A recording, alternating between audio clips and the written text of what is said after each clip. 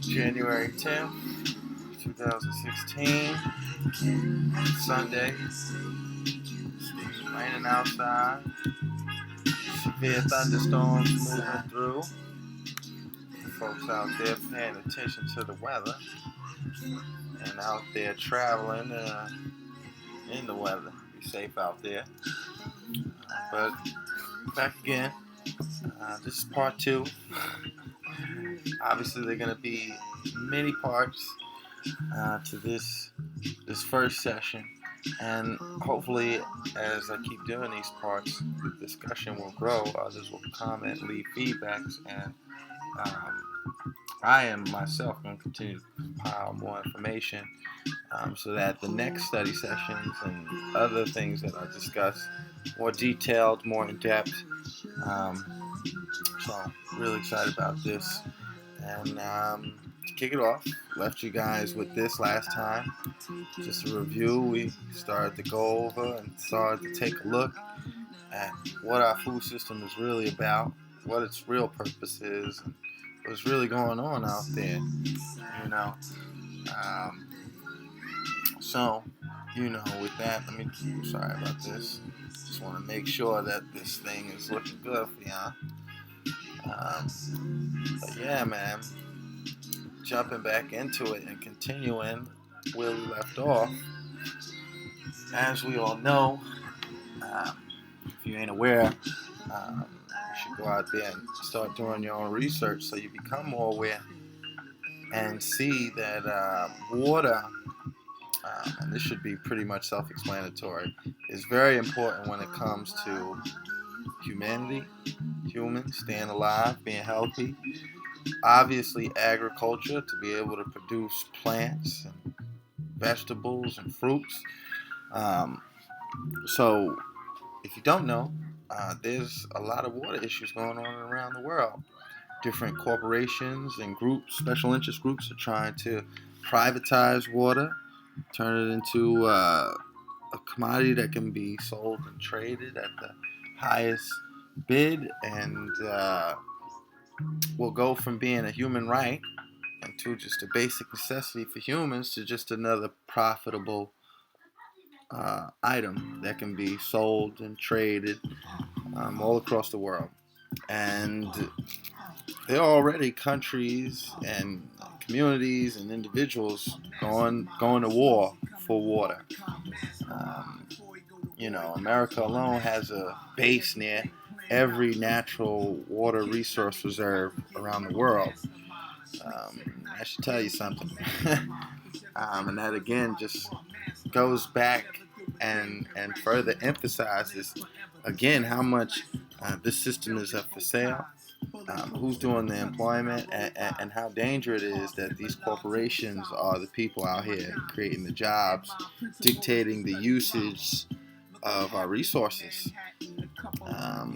Especially when they're motivated by profit, not motivated to really meet the demand and needs of humans.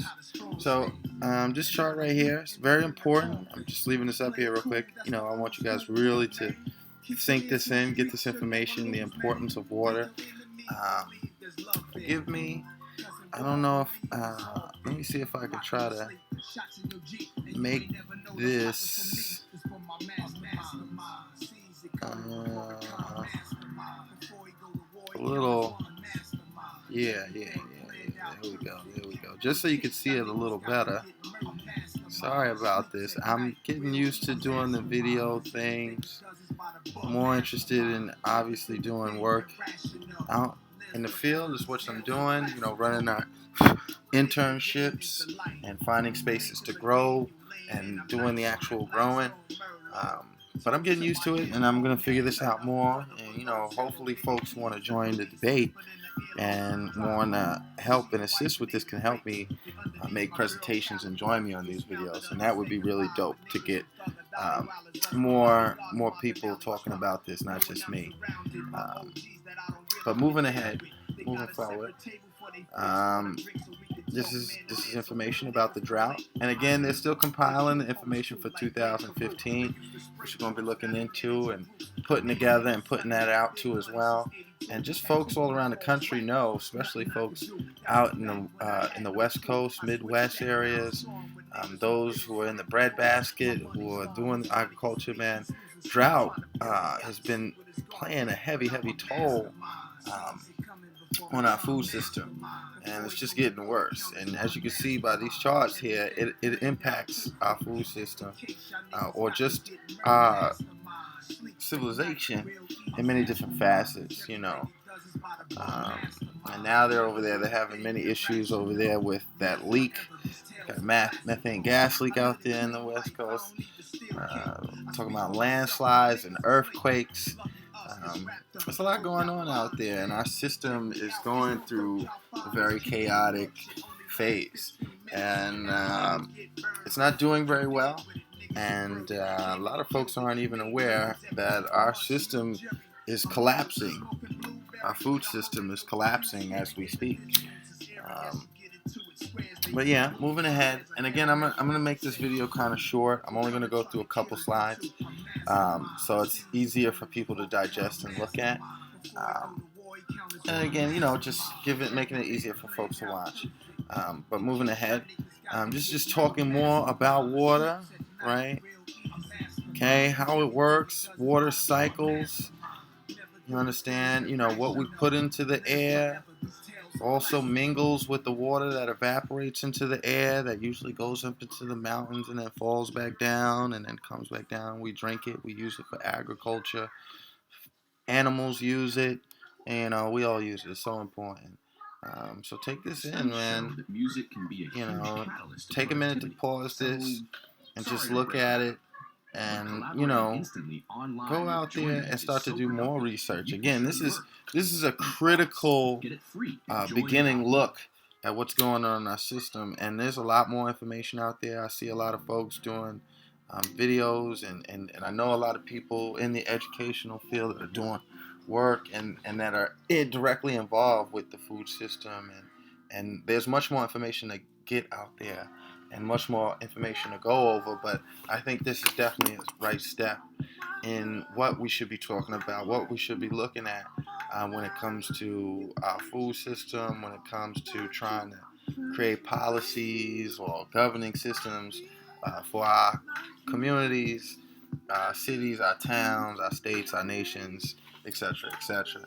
And again, there's a lot of talk out there. A lot of folks are out there perpetuating propaganda, and again, we're still not getting down to the basic fundamentals of the problem and figuring out real solutions on how to fix things. So this is why I'm doing it this way. I think this is definitely a step in the right direction. So again, you know, take the time, pause this video if you need to write down and go through this information, and just look up topics about your water system, the food system, you know, and start to begin to do your own research. This again is kind of what I really left off with from part one of this session. This is talking about philanthropy groups, especially here in America. And I know this myself from doing philanthropy work and getting involved with nonprofit work for the last 5 to 6 years, that a great deal of the actual industry, which it has now become, is geared towards creating tax loopholes, income streams, and statistical data, and it's not really geared toward actually helping people. Or, I mean, in some cases it does, and these are exemplary cases. You know, you know, people that or situations that really grab media, that make companies look good, that make individuals look good, that add to their persona, that add to their influence, and make people really like them. So there's many things out there people are going to see in the media, and just to look out there when it comes to different organizations and philanthropy groups where they're touting their achievements. And again, these achievements, you know, although a lot of, or I won't say a lot of them, but a good deal of some of the people out there that are making these achievements, that are working with individuals in this field that are coming out of this industry, are doing really good things. But again, when it comes to the masses and to the whole and to actually solving the problem and not just talking about it, or perpetuating the problem, you don't really, that's really what's going on. It's just a lot of people who are getting these achievements and benefits and having their programs listened to because it still just perpetuates the problem. It doesn't really address the issues at their source, and stop them. And again, a lot of it, when it comes to philanthropy and this nonprofit industry, it's just tax loopholes. And a lot of people don't realize or people do, but people don't really speak about it. But when it comes to the nonprofit industry and folks are relying heavily on grants, donations, and things like that, they're forced to compete against each other. So again, going back to the initial sense of how our system is set up and geared, where it's not about really satisfying the demand or meeting the needs of those who are utilizing the system, but it's geared towards generating profits for small groups of people and those who are able to compete the best out there and use the tools out there available to compete. So again, look into this stuff. Just look at your system more closely. Look at some of the groups that are out there that are headlining, that are asking for big donations, or individuals out there asking for donations. And I say that as a person who also, of course, asks people for donations and stuff like that. But where I differ, and these other groups differ, is I don't ask for donations or do fundraising for to get tax write-offs. I don't do fundraising to go out there and live lavishly at the expense of everybody else. I take my dollars that I am able to receive from the few that are able to give to me and put them to work and try to become a benefit and resource for those who invest in me, because that's really what it is. It's an investment.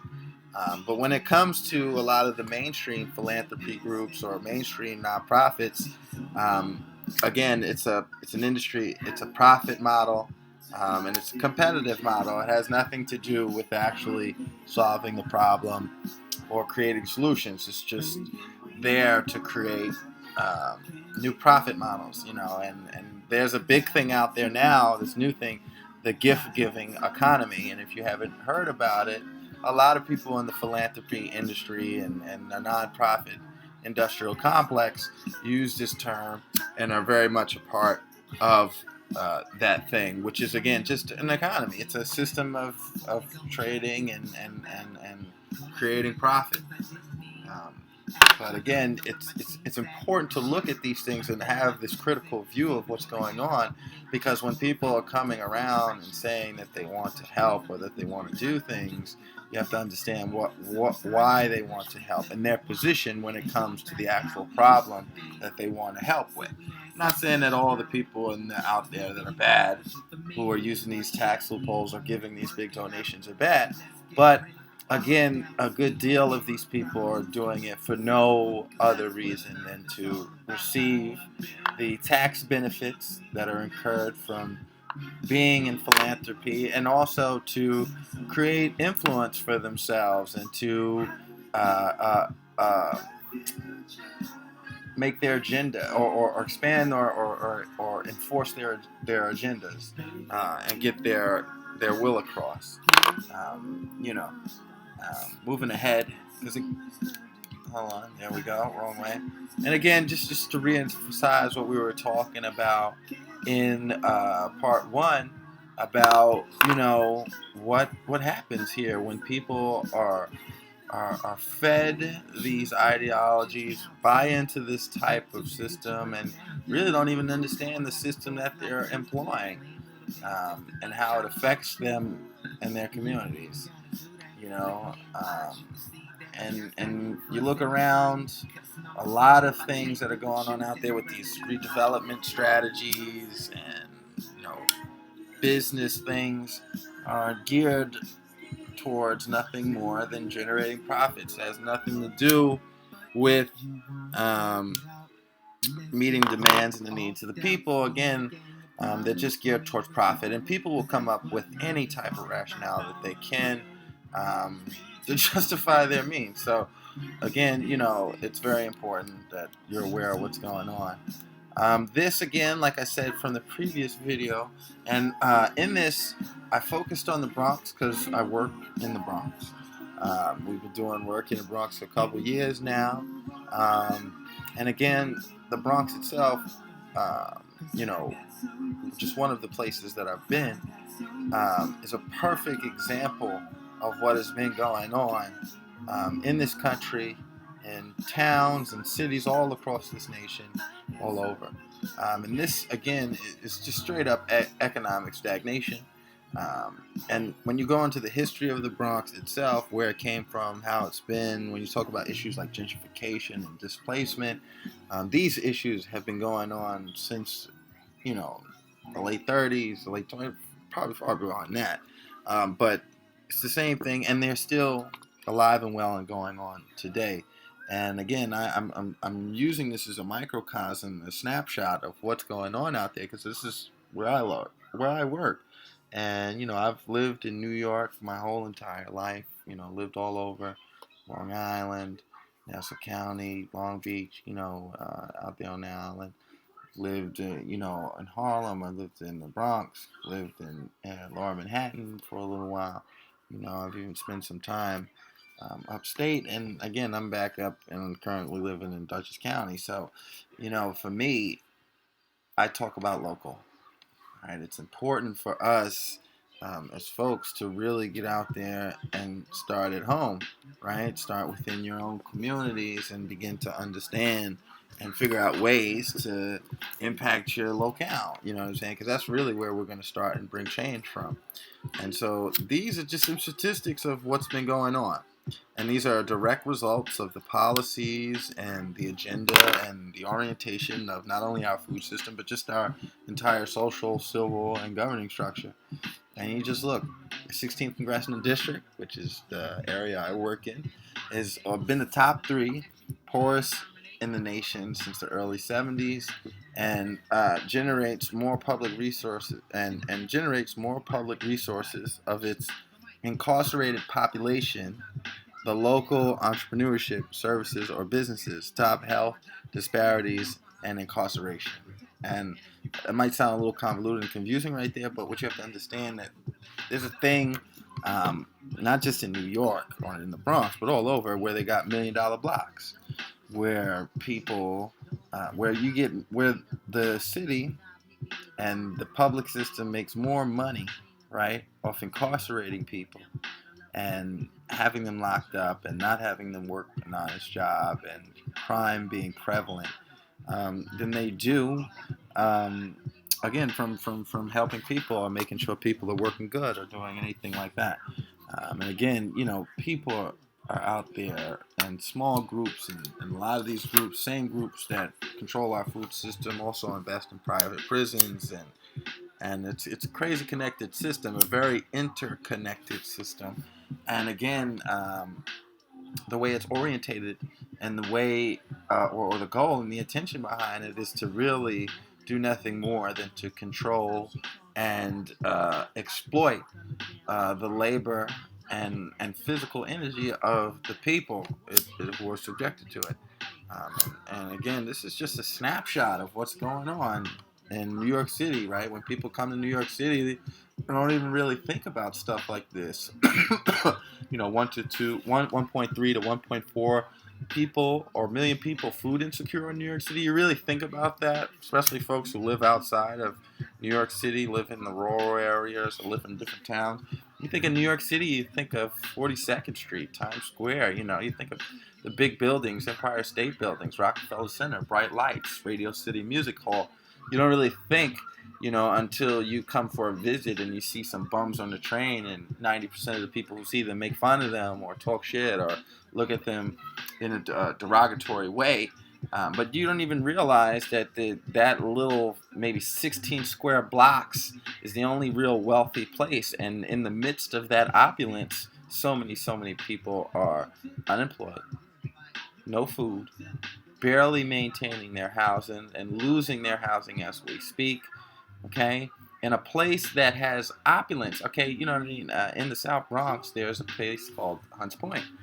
Okay, and it's a regional food distribution center, and it's and again, look this up. You know, my numbers may be off a little bit, but this regional food distribution center services, you know, 1.2 to 2, I think to 2.2 million people a day with food that come in to New York City, into the South Bronx, into the 16th congressional district. Yet the 16th congressional district itself has the highest rates of hunger, okay, asthma, diabetes, cardiovascular problems throughout the city, okay? And the city's been changing over the last 10 and 15 years because it was also worse all over the city and other places, but due to things like gentrification in places like Queens, parts of Manhattan, and in Brooklyn, you don't even really see the bad in them anymore because they just got pushed and swept out. And so you got people warehousing buildings and that nobody lives in, yet people are still homeless on the street, sleeping in the subway surfing, you know, and it's bad, you know. Just look at this here. You understand? And these statistics, I will be completely honest with you, are old. These need to be revised, okay? And I don't mean to say that like, oh my God, I got old statistics, like they're bad. It's probably improved so much. No. It's gotten worse, okay? There's a lot of hype and romanticism out there in the news media when it comes to like the federal government and people talking about how much jobs were created. A lot of those jobs are only seasonal, temporary jobs, okay, that are based in the retail sector, that are based directly on the sales of companies. And let me be honest with you, with a lot of the social climate that's out here and the stagnation in the economy itself, people aren't really having the buying power to go out there and support those retail jobs. So those seasonal jobs, which is right now, we're in January, okay, about you got another 2 months, and definitely for sure, a lot of those seasonal jobs that were given for the winter that were based in retail are going to be done. Okay, they're going to be done. They're going to be over. You know, and then another different type of seasonal jobs will open, like tourism, which we will get to in a second. Okay, but again, all goes back to really a reflection of our system and what's really going on here and what's taking place. You know, a lot of people are out there, especially in the government, talking about how many jobs are created and how the unemployment rate is only at like 5% or some crazy shit like that. Let me be clear, okay? That employment number that they're talking about is I think it's a Q3 number or whatever you call it, right? That number just represents the current pool of people who are active in that market, okay? That does not count the people who have been unemployed for 2 years or more, who aren't receiving unemployment insurance or unemployment benefits or whatever the hell the money and thing. I've never gotten unemployment, so I don't know, okay? But people who've gotten those or getting those benefits, it doesn't count those people, okay? It doesn't count the people who have quit and looked up and not given a job, who are not looking for a job because they just not looking for it. It doesn't count people who have been incarcerated or are outright being refused jobs, right, because of their criminal record and don't search for a job or things like that, right? And it doesn't take in people based on different age brackets. So, you know, young kids that are just coming out high school, and you understand? So you got to understand the way the labor statistics are reported. One, are reported after a period of time. So it's not something that's a proactive measurement, right? That's measuring up into the future. It's just a reactive measurement. It measured what's happening and what's going on. So you don't know how bad something is, right, until those data and statistics will come out and complete. So we're always looking. I heard this. There's a guy out there who I'd be looking at his videos called Peter Schiff. Again, I'm not one to talk about the markets and stuff like that, but this guy seems to be, he has a guy with good information, so I watch it. I don't know the man personally, but I watch the videos because I think he's got some really good information. He's got a good perspective on the market. But again, when you look at things and you look at what's going on out there, the system is not geared to sustain or empower or meet the demands and needs of the people. So again, it's very important. And again, what I have here up on the screen is just a microcosm. It's one borough. Okay, I think it's 1.4 million people inside this one borough. So I'm not talking about the whole entire country. And there are a lot of people who are much more familiar with what's going on in their local neighborhoods and their towns and their cities that may not have the same exact statistics that I got here on their board, but will be very similar to what's going on here in just this one borough. Okay, it may be different, and there may be some variables going on depending on how that town or that city is organized and orientated and how it operates. But I guarantee you, the statistics, like the reforms that have been implemented in most of these towns, localities, and throughout this system, are very much similar and do nothing more than validate the system and its design, what's being pushed here and what's the end goal. Okay, and again, this right here is important. I was talking about this yesterday about impacts on the environment and just the waste of food out there. It's estimated that 70 billion pounds of food is wasted annually, while 50 million go hungry in this country alone. Okay. That's just for this country. That's just a statistic for this country. Okay? And again, just going back up a few of these dashes here, 1.3 to 1.4 million people just in New York City that are food insecure. That means they don't have enough food to last the month. Okay? That means they're not getting enough food. Okay? That's not even counting the homeless people who don't have those food.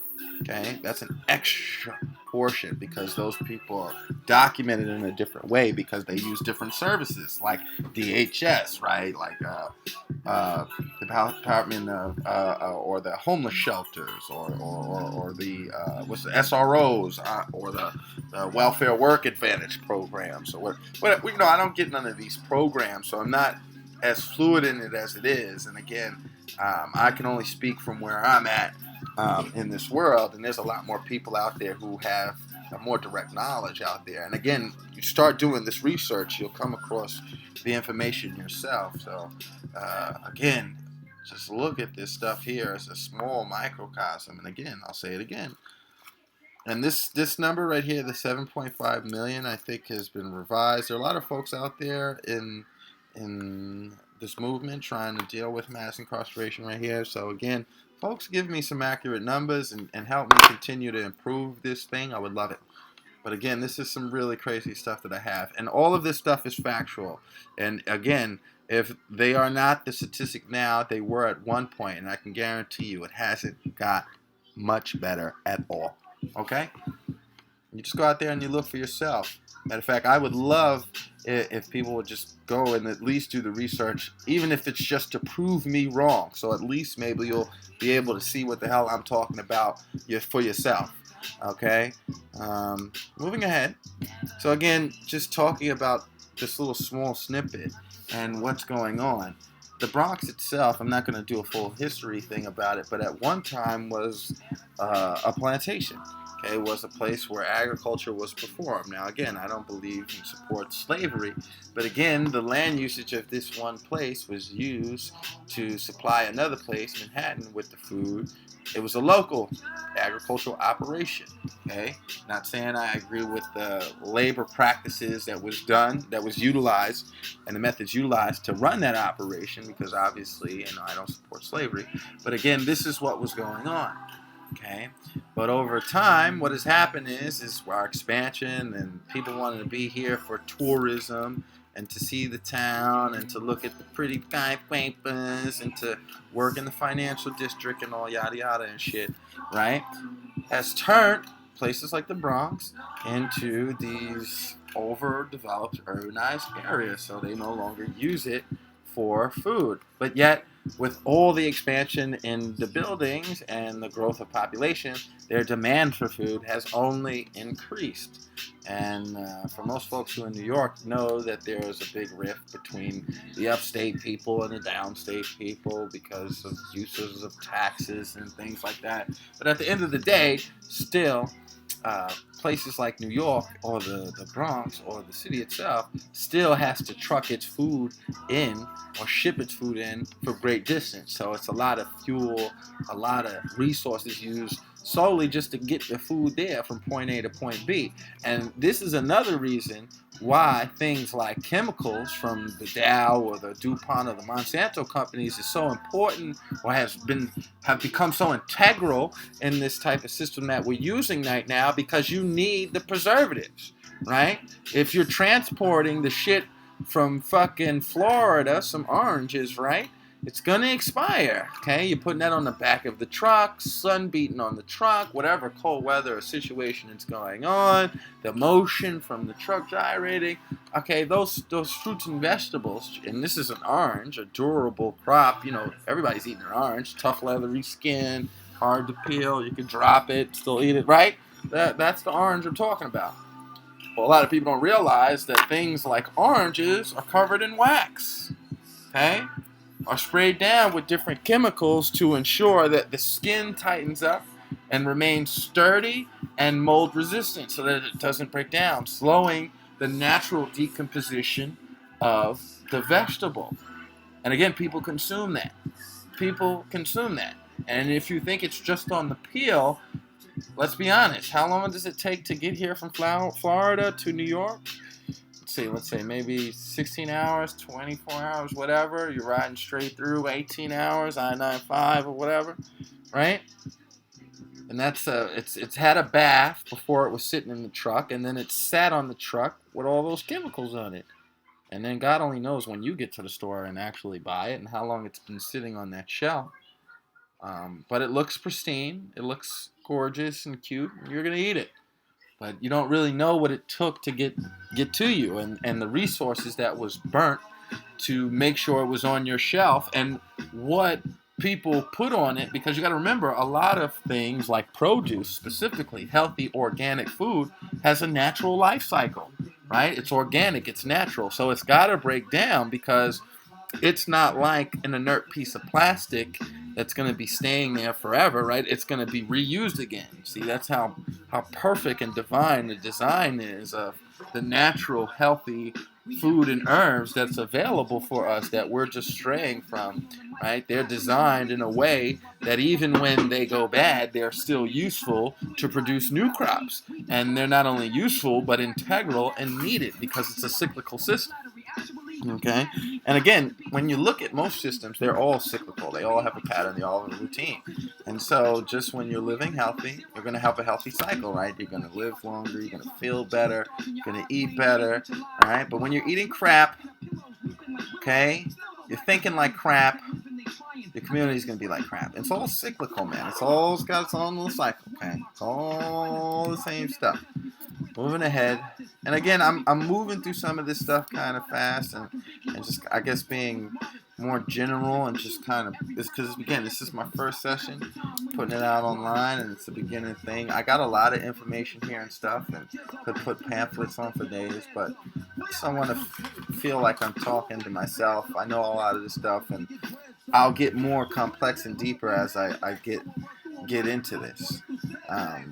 But again, just to say what's happening now and talk more again about the microcosm. So now you got the situation where the Bronx is trucking in, New York City is trucking in all this food. Okay, it doesn't use the land places for agriculture or to produce food, and is more concerned about property values and profiting and running theoretical economic models to generate theoretical financial resources to get food, right? Well, in the Bronx now, you got that displacement thing happening all over again, because now they are working to continue and expand out um, their retail and their real estate schemes, you know. And so now they're redeveloping the South Bronx and trying to take advantage of the Hunts Point market to bring in their food, all while they're displacing those poor working class people who have been there for years, who have been trying to do stuff and still have little say when it comes to how they're governing the policies and even the agenda, because they again do not produce their own food. They do not take care or are responsible for their own public safety. They're not responsible for their own buildings and the places that they even live in. You know, most people in New York City are renters or tenants, transient people. You know, they have no property ownership rights or anything like that. And so again, you know, it's sad, but this isn't unique. It's just crazy here because it's a lot bigger. It's a bigger urban area, a lot more people to deal with. And again, I'm just talking about one borough. And a lot of people know what I'm talking about.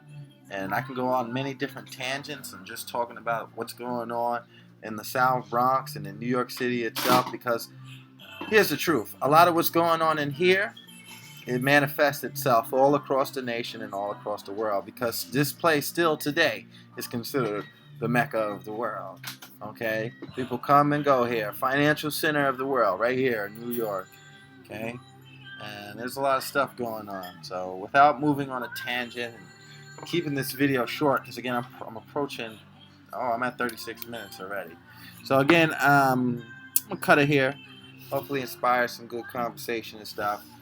What we really got going on out there is a lot of poor land use, a lot of wasted public infrastructure, and not only just wasted public infrastructure, because we've had some good stuff developed, some really, really awesome stuff, but even that stuff has been poorly maintained and is now falling apart and no longer is being useful for us. So we're living in some crazy and chaotic times. So I'll end it with here and hope this was at least thought-provoking for folks.